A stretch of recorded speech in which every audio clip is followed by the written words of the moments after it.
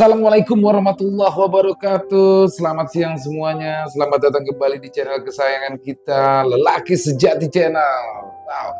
Dan semoga semua teman-teman selalu dalam keadaan sehat walafiat ya, tanpa kekurangan satu apapun. Amin amin ya robbal alamin.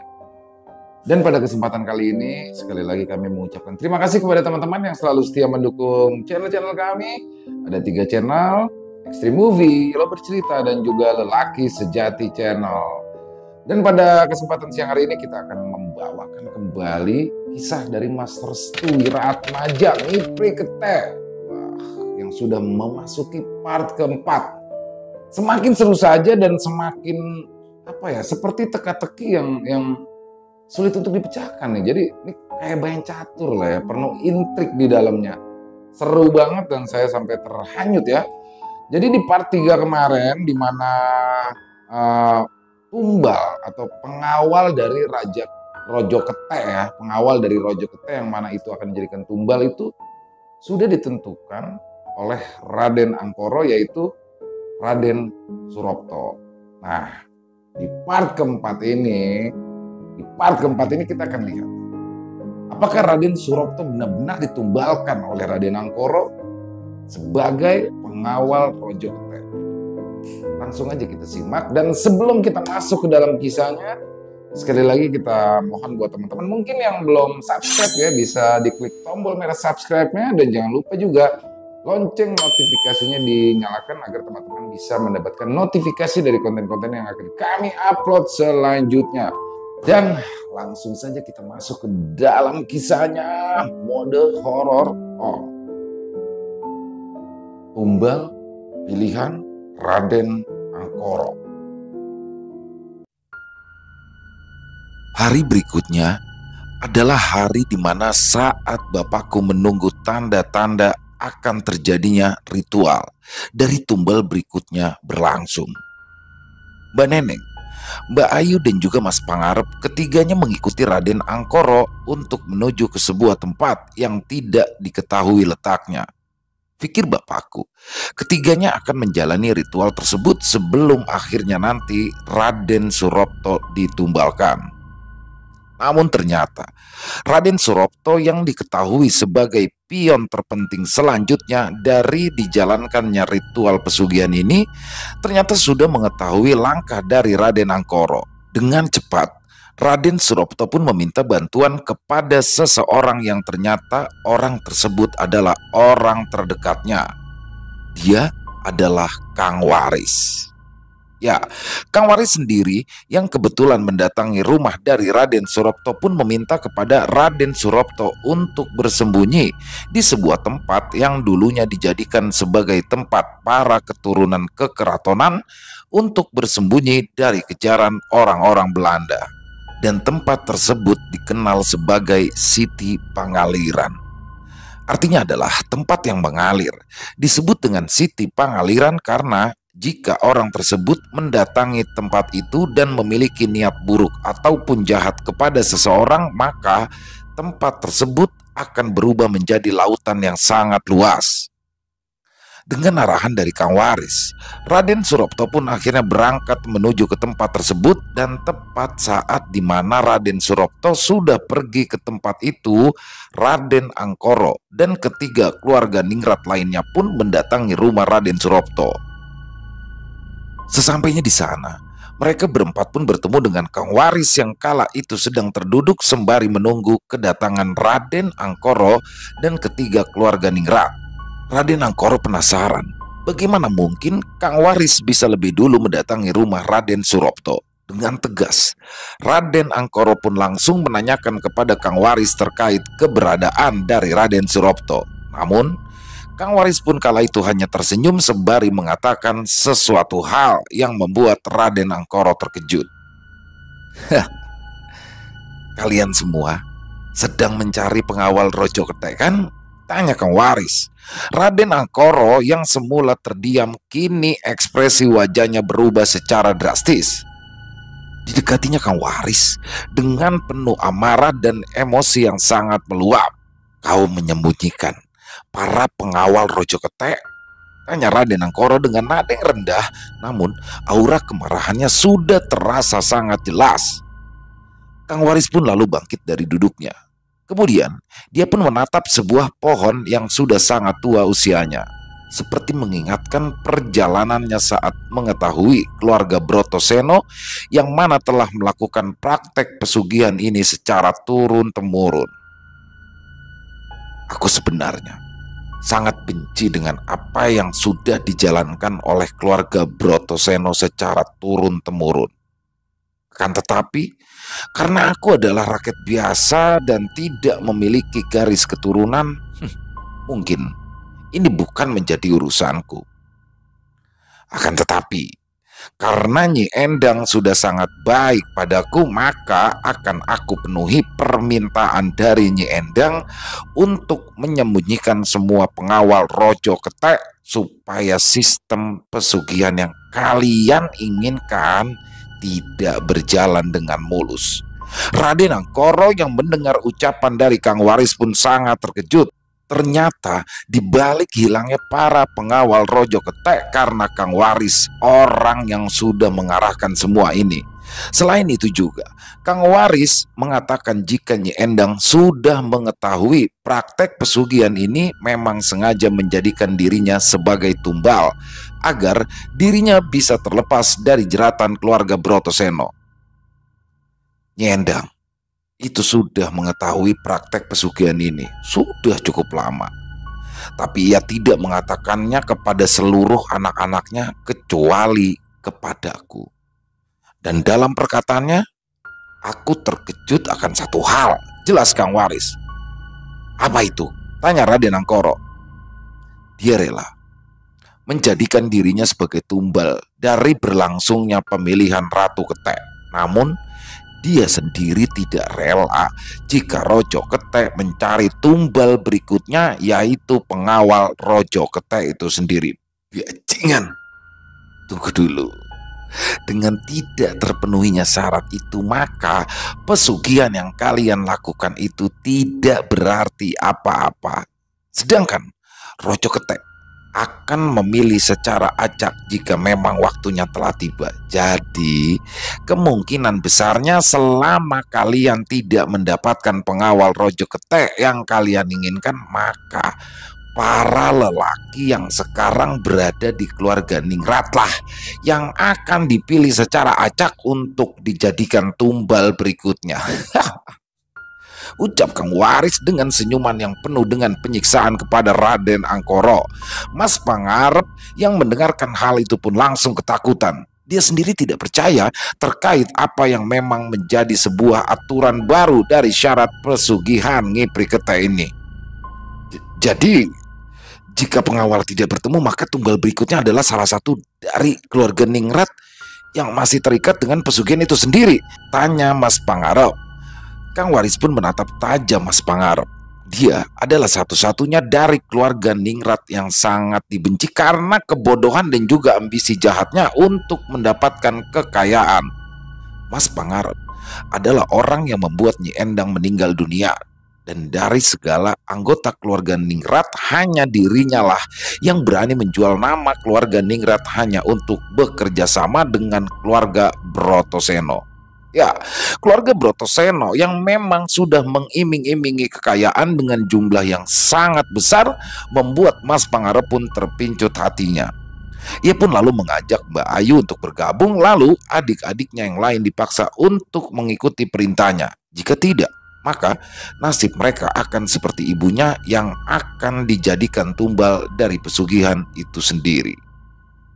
Alasan utama mengapa Mas Pangarep menginginkan saudara-saudaranya yang lain untuk menjalankan pesugihan ini adalah karena aturan dalam pesugihan ini sangatlah membuat orang menjadi buta akan kehidupan.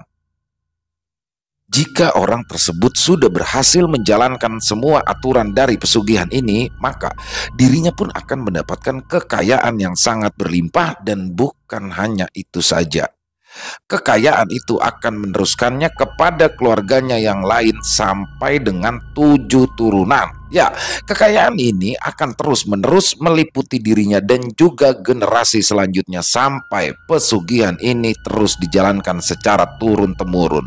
Artinya, mereka cukup mencari 2 orang untuk dijadikan tumbal, dan tumbal yang pertama adalah Ratu Kete atau wanita. Lalu mereka juga dituntut untuk mencari pengawal Rojo Kete, yaitu tumbal pria. Ibumu sangat membencimu. Dia tidak rela jika anak-anak sepertimu menjadi kaya raya karena telah menjatuhkannya ke dalam lubang penderitaan, ucap Kang Waris. Sial, Mas Pangarep pun langsung menghajar wajah Kang Waris, namun itu tidak berlangsung lama karena Mbak Ayu dan Mbak Neneng mencekalnya terlebih dahulu.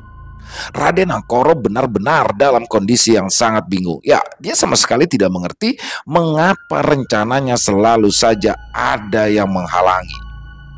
Kang Waris pun bangkit. Dia lalu menatap tajam ke arah Raden Angkoro. Jadi, sudah 2 pengawal yang sudah lari dan kabur meninggalkan tempat tinggalnya, ucap Kang Waris sembari tersenyum. Apa maksudmu? Tanya Mas Pangarep. Aku adalah orang yang sudah menyuruh Mas Krisna untuk lari, kabur dari rumah tepat di hari meninggalnya Nyi Endang. Kalian sadar, dari seluruh keluarga Ningrat yang hadir, hanya Mas Krisna yang tidak ada di tempat itu. Mbak Ayu pun langsung terkejut saat dirinya mendapati Mas Krisna menghilang tepat di hari pemakaman Nyi Endang. Akan tetapi, dia juga kala itu merasa ada yang janggal karena ada salah seorang yang mendatangi rumahnya dan hanya berdiri tepat di depan rumah. Jadi orang yang hanya berdiri di depan rumah itu adalah hanya Mbak Ayu. Benar, itu aku. Aku menunggu kedatangan Mas Krisna untuk memberikan arahan terkait tempat yang harus ia jadikan pelarian. Sialan kau, teriak Mas Pangarep.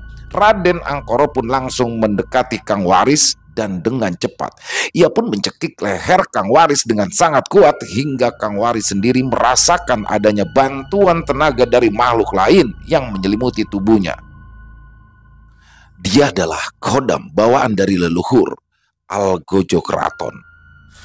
Jika kau tidak mengatakan di mana kedua pengawal yang telah kau sembunyikan, kau bisa lihat sendiri kan apa yang ada di belakangku. Ya, ini akan menusuk organ dalammu sampai hancur hanya dengan aku mencekik lehermu.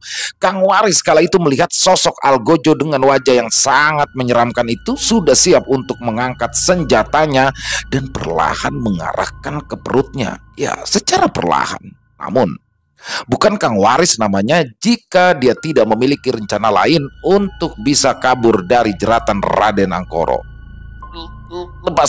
Lepaskan aku dulu, ucap Kang Waris. Raden Angkoro pun lalu melepaskan kedua tangannya dan menunggu Kang Waris tenang sejenak untuk mengatakan letak keberadaan dari 2 pengawal Rojo Kete yang sudah lari. Ya, mereka berdua adalah Mas Krisna dan juga Raden Surapto. Cepat katakan di mana mereka berdua. Kang Waris pun hanya tersenyum lalu menatap mereka berempat dengan tatapan yang sangat mengerikan. Kota Kembang dan Siti Pangaliran. Raden Angkoro pun terkejut mendengar 2 nama itu. Mereka semua benar-benar telah dimanipulasi oleh Kang Waris sampai-sampai kedua pengawal telah berada jauh dari tempat asalnya. Kalian pasti tahu, Mas Krisna tidak akan bisa kalian temukan. Begitu juga dengan Raden Surapto. Dia sudah berada di Siti Pangaliran atau tempat yang mengalir, tempat di mana jika orang-orang seperti kalian mendatangi lokasi itu, tempat tersebut akan berubah menjadi lautan yang sangat luas. Bersamaan dengan itu muncul suara kelelawar yang entah datangnya dari mana dan tiba-tiba dari pepohonan tepat di belakang Kang Waris keluarlah ratusan kelelawar itu dan segera menyerang para keluarga Ningrat termasuk juga Raden Angkoro. Dengan cepat Kang Waris pun segera meninggalkan tempat tersebut lalu segera pergi menjauh dari cekalan Raden Angkoro dan keluarga ningrat lainnya. Sial Kang Waris, lihat saja 15 tahun yang akan datang kau akan mati dengan mengenaskan. Ya, hari itu adalah hari terburuk bagi keluarga Ningrat dan juga Raden Angkoro. Pasalnya mereka semua sudah ditipu habis-habisan oleh Kang Waris dan merasa jika Kang Waris sudah selangkah lebih maju dari rencana mereka. Kang Waris yang memang diketahui memiliki kedekatan dengan Nyi Endang, ternyata dia sudah lebih dulu diberitahu oleh Nyi Endang akan kematiannya. Lalu dengan disembunyikannya para pengawal Rojo Ketek, maka tidak ada lagi kemungkinan mereka untuk mendapati tumbal berikutnya, kecuali dengan menumbalkan satu dari keluarga Ningrat yang tersisa. Lalu, siapakah yang akan dijadikan tumbal berikutnya yang berasal dari keluarga Ningrat? Apakah nantinya Mas Pangarep atau Mas Sugeng yang akan dijadikan tumbal berikutnya? Dan lalu, apa jadinya jika ritual itu berhasil dijalankan? Apakah ketakutan yang difikirkan oleh Mas Arto akan benar-benar terbukti, atau sebaliknya Kang Waris lebih dulu mencekal Raden Angkoro untuk bisa mendapatkan tumbal berikutnya sehingga dia tidak mampu untuk mencari tumbal berikutnya selain dengan menjadikan dirinya sendiri sebagai pengawal dari Rojo Ketek. Sial, kenapa kita selalu kecolongan? Teriak Raden Angkoro di hadapan semua keluarga Ningrat. Mereka semua terdiam beribu bahasa, tak ada yang ingin menyangkal dan tak ada juga yang ingin melawan pernyataan dari Raden Angkoro. Dan kini Raden Angkoro pun sedang membuat strategi di mana dirinya akan mencari pengganti dari segala pengawal Rojo Ketek yang sudah menghilang. Raden Angkoro menatap satu persatu dari keluarga Ningrat yang masih tersisa. Dia tahu apa yang harus ia lakukan karena memang sudah saatnya. Ya, malam ini adalah malam ritual penyerahan pengawal untuk Rojo Ketek. Berbeda dengan keluarga Ningrat, raut wajah mereka memerah seperti menahan rasa takut. Amukan dan tamparan dari Raden Angkoro yang memang sudah benar-benar dalam keadaan dan posisi yang menyinggung akan rencana dan juga keinginannya untuk mempercepat mendapatkan pesugihan yang akan dijalankannya kelak. Selama pengawal Rojo Ketek belum ditentukan dan belum bisa dijadikan keputusan, maka pesugihan ini bisa saja dibatalkan ketika saat malam ritual tiba. Namun ada satu hal yang harus mereka tahu terkait kegagalan ini. Mereka harus mengulang lagi dari awal, yaitu mencari Ratu Ketek. Akan tetapi sebenarnya ritual ini bisa dilakukan asalkan ada tumbal berikutnya. Ya, tumbal berikutnya sendiri bisa dipilih oleh Rojo Ketek langsung atau memang suatu pemaksaan yang dilakukan secara diam-diam. Dan memang bertujuan untuk menghilangkan salah satu dari orang yang terkait dalam pesugihan ini sendiri. Mas Pangarep, orang yang bertanggung jawab akan hal ini, pun akhirnya mencoba untuk mendekati Raden Angkoro. Tujuannya adalah memberikan saran agar dirinya bisa menentukan siapa tumbal berikutnya. Kang Mas Raden, saya punya usul tumbal untuk berikutnya. Bolehkah saya beritahu Kang Mas terkait usul saya ini? Tanya Mas Pangarep. Siapa? Tanya Raden Angkoro. Kang Mas Arto. Dia adalah bagian dari keluarga Ningrat juga. Mungkin untuk menjadi pengawal, dia adalah orang yang mudah untuk dijadikan tumbal berikutnya. Jelas Mas Pangarep.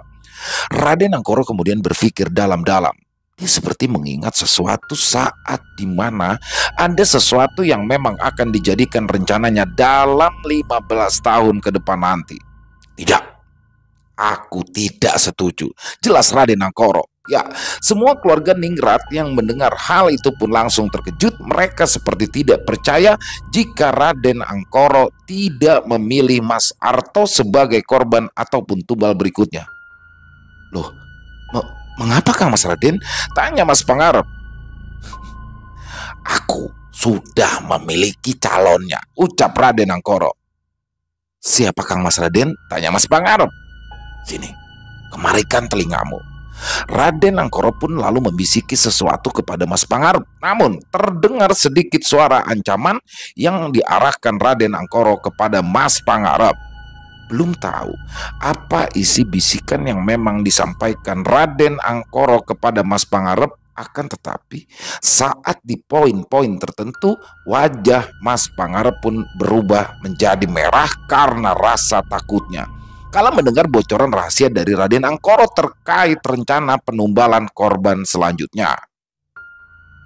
Sesekali Mas Pangarep pun juga menelan air liurnya sendiri karena ia tidak percaya akan apa yang sudah ia dengar. Lalu secara perlahan tangannya pun bergetar hebat seperti menahan rasa takut. Ya, terkait rencana yang memang sedang dijalankan oleh Raden Angkoro untuk 15 tahun ke depan. Mengerti? Tanya Raden Angkoro. Mengerti Kang Mas Raden. Aku harap kalian semua malam ini beristirahat penuh. Karena aku akan melakukan ritual ini di rumah karena memang pengawalnya akan berasal dari keluarga Brotoseno. Seperti kesepakatan awal. Untuk ratunya kita ambil dari keluarga Ningrat dan untuk pengawalnya kita ambil dari keluarga Brotoseno, ucap Raden Angkoro. Semua keluarga Ningrat pun menghela nafas panjang kecuali Mas Pangarep. Wajahnya kala itu masih menyimpan ketakutan yang luar biasa akan sesuatu hal yang mungkin tidak diketahui oleh saudara-saudara lainnya. Hari itu, mereka pun lalu menyelesaikan pertemuan mereka, lalu beristirahat untuk mengetahui apa yang akan terjadi ketika malam ritual itu tiba. Di malam harinya, ibuku tidak bisa tidur. Dia merasa gelisah dan ingin rasanya untuk pergi keluar sembari melihat langit malam yang mungkin saja bisa membuat pikirannya menjadi tenang. Bapakku yang kebetulan mengetahui keresahan hati ibuku pun akhirnya mencoba untuk menenangkan keinginan dari ibuku yang memaksa untuk tidak keluar malam karena malam ini adalah malam tepat ritual akan dijalankan. Pak, ibu mau keluar sebentar ya? Loh, mau apa? Mau lihat langit malam, purnamanya indah. Bu, ibu gak ingat? Ini itu malam ritual. Tapi setahu ibu tadi ada bisik-bisik terkait perpindahan tempat ritual. Loh, ibu kata siapa? Ibu dengar di dapur Mbak Neneng bilang kepada Mbak Ayu kalau Raden Angkoro akan melakukan ritual tersebut di rumahnya karena tumbal berikutnya itu berasal dari keluarga Brotoseno. Bapakku di sini tidak yakin karena dia tahu jika Raden Angkoro adalah tipe orang yang sangat licik dan mudah memanipulasi keadaan yang semula dinyatakan akan dilakukan seperti yang diharapkan dan ternyata tidak. Bu, Raden Angkoro itu orang licik. Mana mungkin dirinya melakukan hal itu pada keluarganya sendiri? Bukankah Raden Suropto orang yang menghalaunya sudah tidak ada lagi di sekitarnya lagi? Lalu, apakah Raden Angkoro tega melakukan ritual untuk menentukan pengawal Rojo Kete berasal dari keluarganya sendiri? Jelas tidak mungkin. Loh, kok Bapak bisa bilang gitu? Tanya ibuku.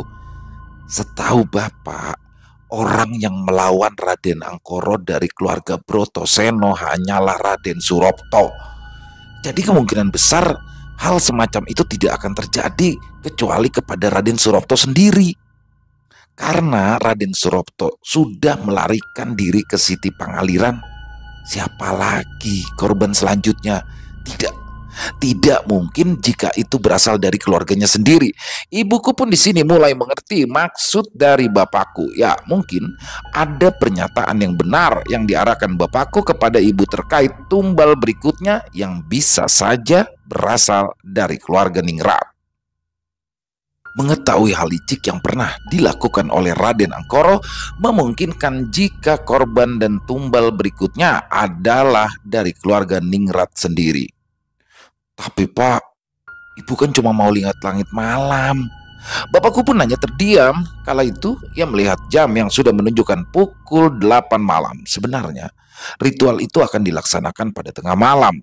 Ya, masih ada beberapa jam lagi. Jika ritual itu berlangsung, mereka pun bisa bersiap-siap untuk bersembunyi di bawah tempat tidur. Ya sudah, Bu, tapi ingat sebentar saja ya. Iya, Pak, sebentar aja kok. Bapakku pun akhirnya mengabulkan permintaan ibu. Mereka berdua pun lalu keluar dari dalam kamar dan melihat sekitaran ruangan depan yang tampak sudah sepi, seperti tidak ada kegiatan dari anggota keluarga ningrat lainnya. Pak, kok tumben sepi banget? Tanya ibuku. Bapakku pun hanya terdiam. Hati bapakku mulai tidak tenang. Ya, pikirannya seperti mengarahkan kepada hari di mana ritual itu berlangsung. Tidak ada tanda-tanda bahwa anggota keluarga ningrat sedang bercengkrama satu sama lain. Mereka semua berada di dalam kamar seolah-olah seperti sedang bersembunyi dari malam yang mencekam.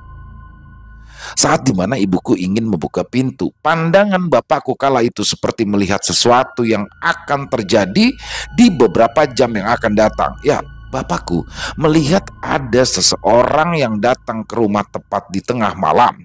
Orang tersebut memiliki aura negatif yang sangat pekat dan memiliki rencana jahat untuk semua orang yang berada di dalam rumah ini. Bu, jangan keluar, Bu, ucap bapakku saat tangan ibuku sudah menyentuh daun pintu. Kenapa sih, Pak? Tanya ibuku. Ada orang yang akan datang. Siapa? Bapakku kala itu melihat jam dinding yang masih berada di jam 8 lebih 10 menit. Bapak tahu orang itu akan datang di tengah malam, namun hawa keberadaannya seolah-olah seperti sudah sangat dekat. Pak, kok diem aja? Tanya ibuku. Bu, ibu ngerasa nggak kalau situasi malam ini aneh? Ya mungkin karena sepi aja, Pak. Bukan itu. Ibuku pun refleks membuka pintu, dan saat pintu terbuka, tiba-tiba ada angin yang masuk ke dalam rumah dengan tekanan yang sangat besar hingga membuat ibu dan juga bapakku terkejut. Wuss, Pak, ucap ibuku. Kok tumben anginnya besar banget? Bapak pun langsung menuju ke arah ibuku karena ibuku sudah melangkah duluan untuk keluar dari rumah.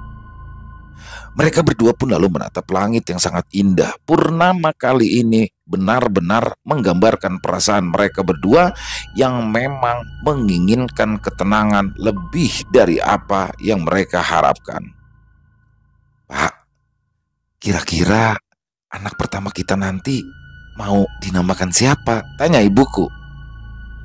Kalau laki-laki, Bapak ingin dinamakan Rahardian, yang mana artinya adalah welas asih atau makmur. Tapi jika perempuan, Bapak ingin memberi nama Ayudia, yang artinya bersih.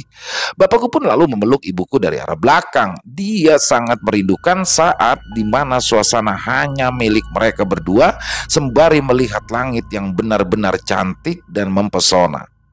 Saat dimana keindahan benar-benar membuat mereka terpesona, tiba-tiba saja bapakku mendengar suara monyet dari kejauhan, tepatnya beberapa rumah dari rumah keluarga ningrat. Bapakku pun langsung menyuruh ibuku untuk masuk ke dalam kamar. Masuk, sekarang.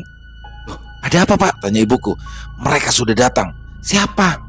Pasukan siluman monyet. Ibuku pun langsung masuk ke dalam rumah dan segera menuju ke arah kamar.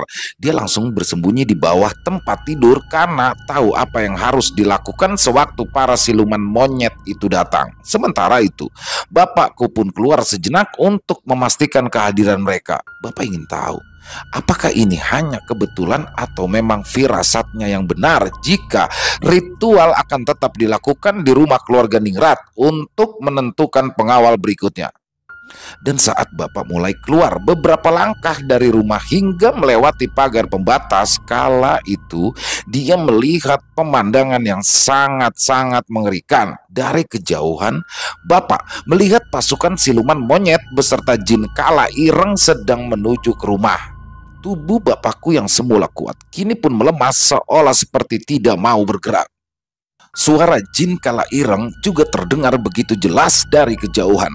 Bapak pun hanya bisa pasrah jika nanti keberadaannya diketahui oleh pasukan siluman monyet dan juga jin kala ireng. Namun saat dimana hati bapakku sudah pasrah dan tidak mampu lagi untuk menggerakkan kakinya, tiba-tiba terdengar suara bisikan tepat di telinga bagian kanannya. Ucapkan takbir 3 kali, lalu pukulkan tanganmu ke bagian paha. Bapakku yang mendengar bisikan aneh tersebut pun langsung mengikuti arahan yang baru saja ia dengar. Allahu Akbar, duh, ucap bapak sembari memukul pahanya. Aneh tapi nyata, tiba-tiba kaki bapak bisa melangkah dengan sendirinya. Ya, seperti ada sesuatu yang menggerakkan kaki bapak. Kala itu kakinya menjadi enteng dan sedikit sulit dikendalikan. Bapak pun langsung masuk ke dalam rumah dan menutup pintu dengan rapat. Ia pun kemudian menuju ke dalam kamar dan menutupnya kembali sembari menyenderkan tubuhnya ke daun pintu. Alhamdulillah, ibu pun langsung mengintipkan kepalanya dari arah bawah. Ada apa? Bapak pun langsung menuju ke arah ibu dan menyuruhnya untuk bersembunyi kembali. Mereka sudah datang, jelas bapak. Pasukan monyet. Ya, sepertinya ada ritual malam ini. Maksud bapak, Raden Angkoro akan datang ke rumah ini dan melakukan ritual. Sepertinya seperti itu, Bu. Bersamaan dengan itu, pintu rumah yang semula terkunci kini terbuka lebar dan tidak lama kemudian suara gamelan pun berbunyi. Tanda ritual akan dijalankan. Aku takut, Pak. Peluk bapak, Bu. Peluk bapak. Allahu Akbar, Allahu Akbar. Dari luaran suara monyet dan para kram. Dari luaran suara monyet dan keramaian seperti sedang menyambut pengawal Rojo Kete. Ya, mereka telah tiba. Lalu satu persatu pintu pun dibuka untuk mencari siapa tumbal berikutnya yang akan dijadikan, termasuk pintu kamar bapak dan ibuku. Bapak dan ibuku kala itu melihat dengan jelas sepasang kaki yang sudah dipenuhi dengan bulu yang sangat lebat. Selain itu, mereka berdua juga melihat sepasang kaki yang sudah dipenuhi pernak-pernik seperti menandakan Ratu Kete yang berbentuk seperti manusia. Mereka mulai memutari amben atau tempat tidur beberapa kali hingga akhirnya keluar dari dalam kamar untuk menuju kamar berikutnya. Anehnya, ritual itu tidak berlangsung lama, namun atmosfer keberadaan Rojo Kete, jin kala ireng dan pasukan monyet lainnya masih terasa berada di dalam rumah. Hingga waktu subuh tiba nanti akan diketahui siapa korban selanjutnya yang akan dijadikan tumbal dari ritual tersebut. Jika berhasil, maka keberadaan dari mereka semua yang berada di rumah itu akan terancam dan akan semakin sulit untuk keluar karena semua persyaratan pesugihan sudah terpenuhi. Azan subuh bergema, tanda kematian telah tiba. Satu persatu anggota keluarga Ningrat pun keluar dari dalam kamarnya masing-masing. Mereka saling bertanya satu persatu anggota keluarga lainnya, termasuk kepada bapakku sendiri yang baru saja keluar dari kamar. Dan saat mereka keluar dari kamar, wajah mereka penuh dengan ketakutan, terlebih lagi wajah Mas Pangarep dan juga Mbak Ayu. Keduanya baru menyadari bahwa semalam tadi baru saja diadakan sebuah ritual yang dilakukan secara diam-diam. Akan tetapi, dari semua keluarga Ningrat, mereka semua berkumpul kecuali hanya satu orang saja yang kehadirannya belum terlihat sama sekali. Mas Sugeng mana? Tanya Mbak Neneng. Mereka pun saling memandang satu sama lain. Mbak Ayu yang sedari tadi sudah was-was menatap kamar Sugeng yang kini sudah terbuka lebar. Tidak mungkin. Kenapa Mbak? Tanya Mbak Neneng. Tiba-tiba saja seseorang dengan tubuh yang sudah penuh dengan luka berjalan sempoyongan keluar dari dalam kamar. Wajahnya menghitam dan tubuhnya sudah penuh dengan cakaran serta luka lebam lainnya. Mas Sugeng! Teriak mereka secara bersamaan saat Mas Sugeng baru saja keluar dari dalam kamar lalu terjatuh begitu saja di lantai. Tidak mungkin, ucap ibuku saat melihat tubuh Mas Sugeng yang keadaannya sangat mirip dengan Nyi Endang saat kematian menjemputnya. Cepat, cepat bawa dia ke dokter. Mas Sugeng bisa mati, teriak ibuku. Mas Pangarep yang mendengarkan hal tersebut pun langsung bergerak menuju ke arah ibu. Apa maksudmu? Jika dia dibawa ke dokter, maka pihak rumah sakit akan menaruh curiga kepada kita semua, ucap Mas Pangarep. Mas Sugeng ini masih bisa diselamatkan, ucap bapakku sembari meyakinkan hati Mas Pangarep. Tidak, ini sudah takdirnya. Mbak Ina yang kebetulan kala itu berada di sana pun langsung menampar wajah Mas Pangarep. Kau bilang ini takdir? Hah? Ini adalah perbuatan busukmu dan iblis Brotoseno, teriak Mbak Ina. Mas Pangarep pun mengelus pipinya bekas tamparan kencang yang diarahkan oleh Mbak Ina padanya.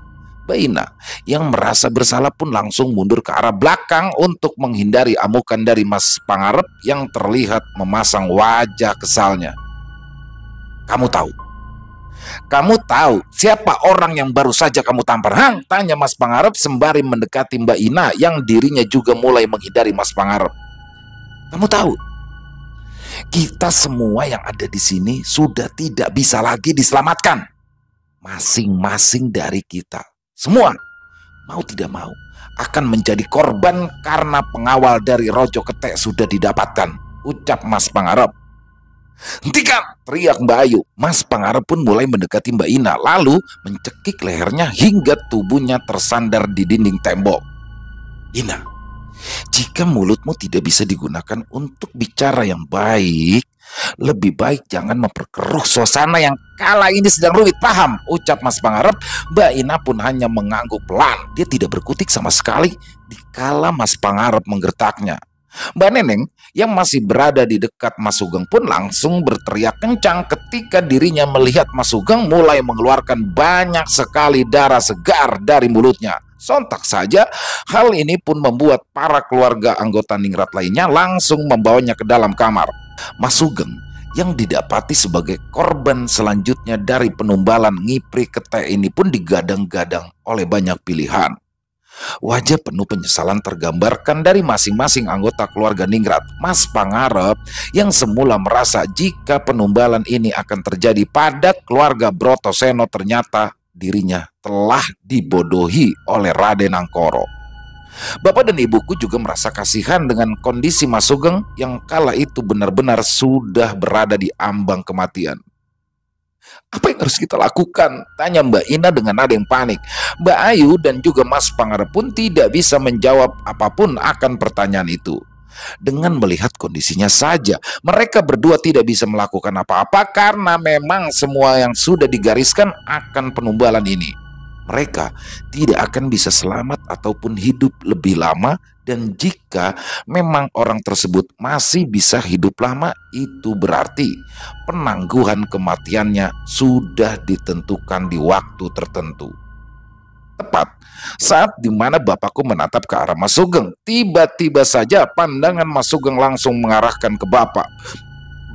Mas Arto, ucap Mas Sugeng. Bapakku pun langsung menuju ke arah Mas Sugeng. Dia tahu jika ada sesuatu yang ingin disampaikan oleh Mas Sugeng terkait sesuatu yang baru saja terjadi kepadanya. Cepat kabur dari sini, ucap Mas Sugeng terbata dengan nada yang patah-patah. Tubuh Mas Sugeng meringkuk kesakitan. Luka yang menganga lebar terus-menerus memberikan rasa sakit yang amat dalam baginya. Bagian organ dalam Mas Sugeng sepertinya paling terdampak akan serangan ini. Bapakku hanya bisa terus-menerus menunggu segala perkataan yang akan diarahkan oleh Mas Sugeng. Begitu juga dengan para anggota keluarga lainnya. Mereka semua tampak khawatir. Mas, apa ada yang ingin disampaikan lagi? Tanya bapakku kepada Mas Sugeng. Mulut Mas Sugeng pun mulai bergerak-gerak. Tampaknya akan ada sesuatu yang ingin diucapkan lagi oleh Mas Sugeng. Angkoro pelakunya. Mendengar perkataan itu, seluruh anggota keluarga ningrat tampak terkejut. Mereka tidak menyangka jika semalam tadi Raden Angkoro benar-benar datang ke rumah ini dan melakukan penumbalan itu orang diri. Namun tidak dengan Mas Pangarep. Dirinya sudah mengetahui jika korban berikutnya akan dijadikan pengawal dari Rojo Ketek sendiri. Bapakku pun langsung mendekati Mas Pangarep yang tidak tampak gelisah di saat anggota keluarga lainnya benar-benar dalam keadaan takut. "Mas, apa? Apa rencanamu kali ini?" tanya bapak. "Loh, apa maksudmu?" "Aku tahu, Mas. Kau lebih dulu mengetahui korban selanjutnya dan itu dijadikan rahasia untuk dirimu sendiri. Tapi untuk kali ini, aku tidak memaafkan kesalahanmu. Beritahu kami, apa rencana selanjutnya dari keluarga Brotoseno?" Mas Pangarep terdiam. Sembari memperhatikan Mas Sugeng, kedua matanya seperti sedang memandangi satu persatu anggota keluarga Ningrat yang kini mulai resah akan rahasia tersembunyi yang dimiliki olehnya. "Rencana selanjutnya adalah," ucap Mas Pangarep dengan wajah tertekan. "Apa?" tanya Mbak Ayu. "Membunuh semua anggota keluarga Ningrat dan melakukan invasi kepada karyawan pabrik yang nantinya akan dijadikan sebagai tumbal." Mendengarkan hal tersebut, tubuh Mas Sugeng langsung bergerak-gerak tidak karuan seperti orang kejang. Bapakku yang berada di dekatnya pun mencoba untuk meminta bantuan kepada anggota keluarga Ningrat yang lain, namun mereka semua terdiam sambil terus meneteskan air mata seperti memberikan pertanda bahwa Mas Sugeng tidak bisa diselamatkan lagi. "Kenapa? Kenapa kalian?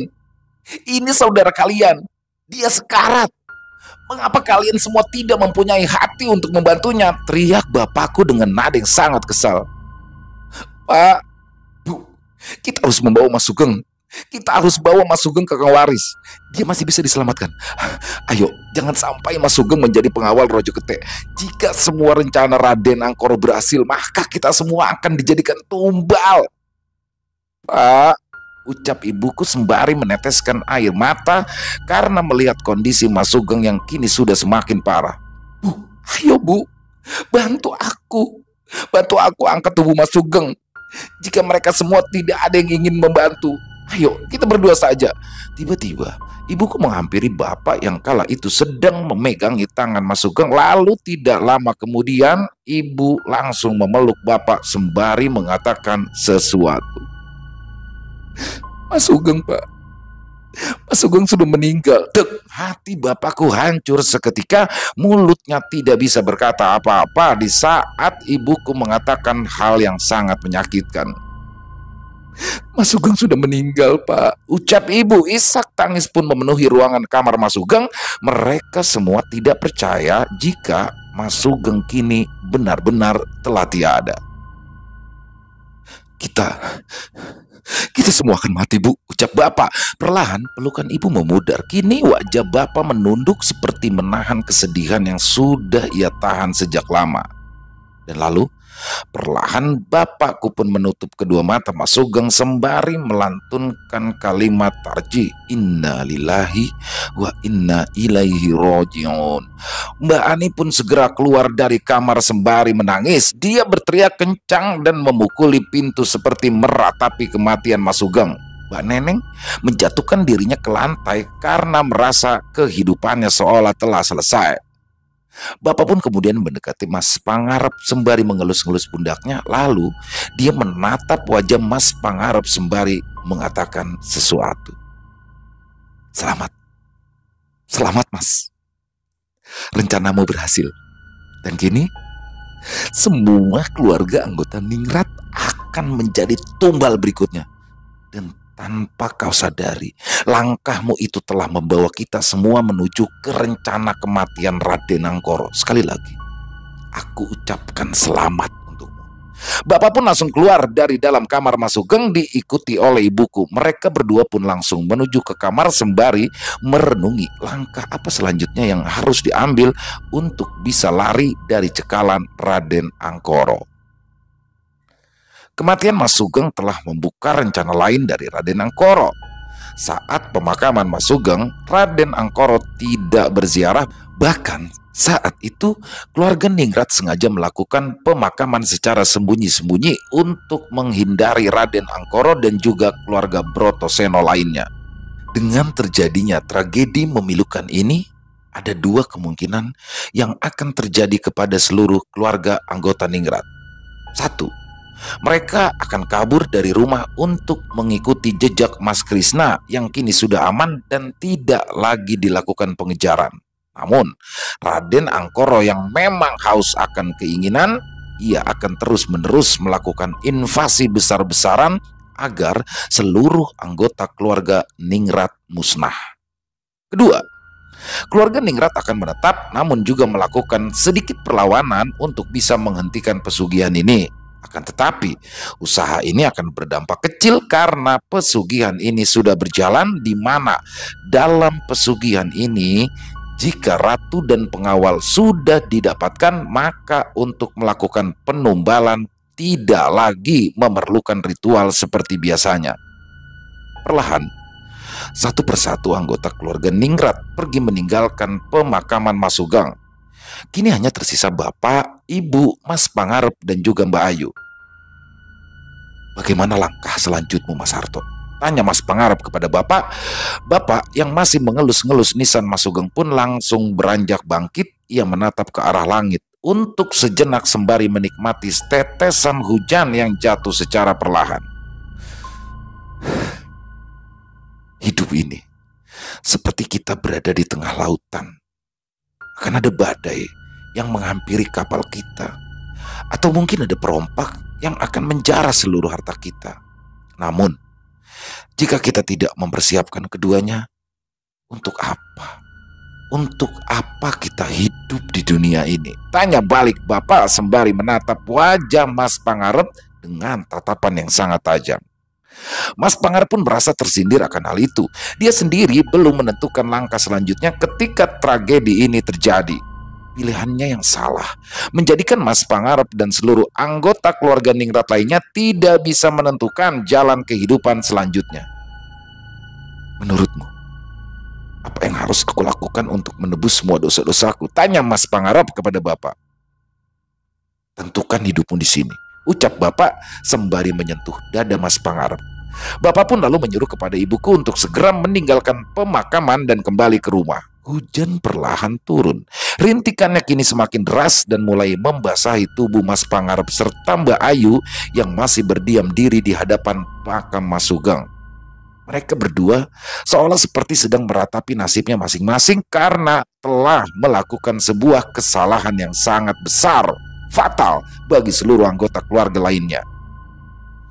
Dan hari itu, masing-masing dari anggota keluarga Ningrat harus bisa menentukan kehidupannya masing-masing. Selama Raden Angkoro masih hidup dan terus menjalankan rencana kematiannya, maka selama itulah kedamaian dalam hati mereka tidak akan pernah menyala.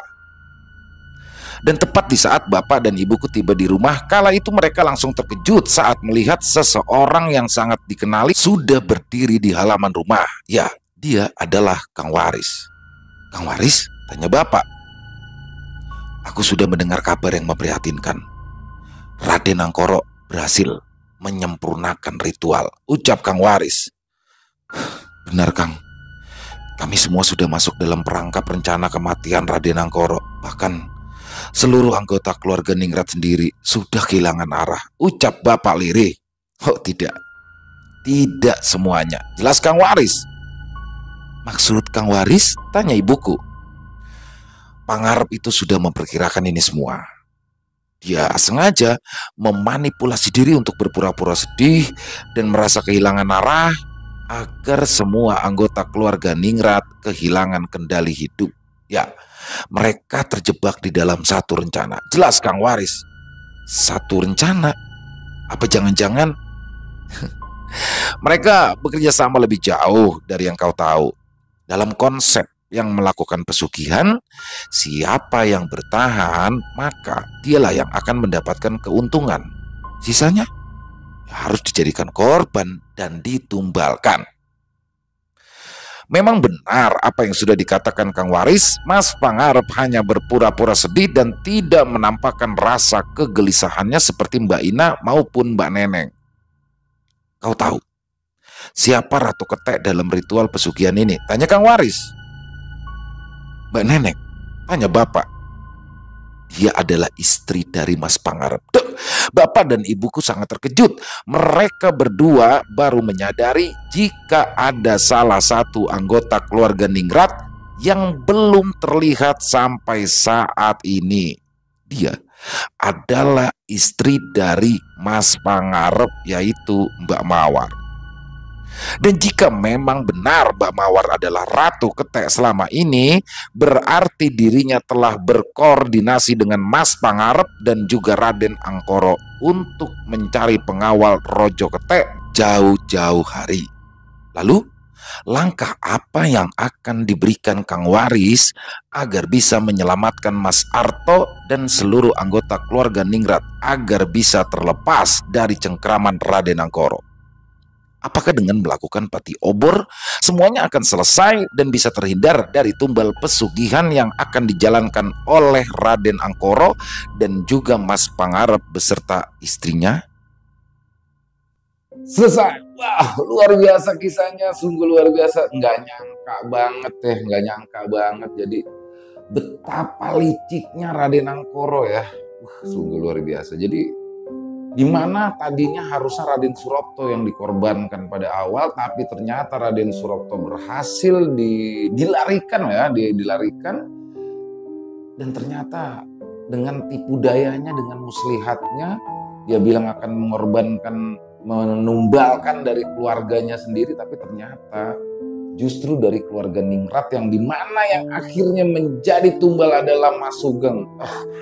Dan menurut Mas Arto ya, jadi kematian Mas Sugeng ini menjadi pembuka yang mana nantinya akan seluruh keluarga Ningrat akan kena. Dan luar biasanya di part keempat ini baru diketahui jika ternyata Ratu Ketek itu sendiri adalah istri dari Mas Pangarep.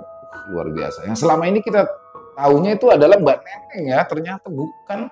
Ratu Ketek itu ternyata adalah istri dari Mas Pangarep yang memang sedari awal tidak pernah muncul, yaitu Mbak Mawar. Semakin menarik untuk kita lanjutkan ke part kelimanya, jadi teman-teman tetap dipantengin aja terus ya. Setiap jam 1 siang kita upload, dan untuk menuju ke part kelima daripada Ngipri Ketek. Ya itu aja, mungkin buat yang teman-teman punya komentar, saran, kritik, ataupun hanya sekedar saling menyapa, silakan bisa dikirimkan, bisa dituliskan di kolom komentar. Insya Allah kami akan membalasnya satu persatu. Dan buat juga teman-teman mungkin yang suka dengan videonya bisa diklik tombol jempolnya, tombol like-nya, dan juga di-share ya linknya ke teman-teman, ke saudara-saudaranya, biar yang lain juga bisa ikut terhibur. Dan buat yang belum subscribe, jangan lupa sekali lagi kami mohon untuk diklik tombol merah subscribe-nya dan lonceng notifikasinya dinyalakan agar teman-teman selalu mendapatkan notifikasi dari konten-konten yang akan kami upload selanjutnya. Dan mungkin teman-teman ada yang punya kisah horor ya, horor misteri yang berdasarkan kisah nyata, baik pengalaman pribadi ini bisa diri sendiri, bisa keluarga, bisa teman, bebas. Dan jika ingin dibawakan di channel kami, bisa dikirimkan ke nomor telepon yang ada di bawah sini nih, 0878 4509 4752. Kami ulangi, 0878 4509 4752. Bebas ya, mau dikirimkan melalui tulisan, mau dikirimkan melalui voice note, rekaman suara, bebas. Senyamannya teman-teman aja, nanti akan kami garap. Dan buat yang sudah mengirimkan kisah tapi belum kami bawakan, harap bersabar karena kami masih akan terus menggarap ya, digarap dulu agar dibawakannya bisa lebih nyaman didengar oleh teman-teman subscriber semua. Itu aja, saya di akhir kata mohon dibukakan pintu maaf apabila ada kesalahan saya dalam berkata-kata, apabila ada kata-kata saya yang mungkin kurang berkenan di hati teman-teman, saya mohon dibukakan pintu maaf yang seluas-luasnya. Karena saya hanyalah manusia biasa, tempatnya salah dan dosa. Dan sampai berjumpa lagi di konten-konten kami selanjutnya yang pasti tidak kalah seru, yang pasti tidak kalah horornya. Masih bersama saya, Ilot. Lelaki sejati. Salam sehat, sukses selalu untuk kita semua. Amin. Amin. Ya Rabbal Alamin. Wassalamualaikum warahmatullahi wabarakatuh.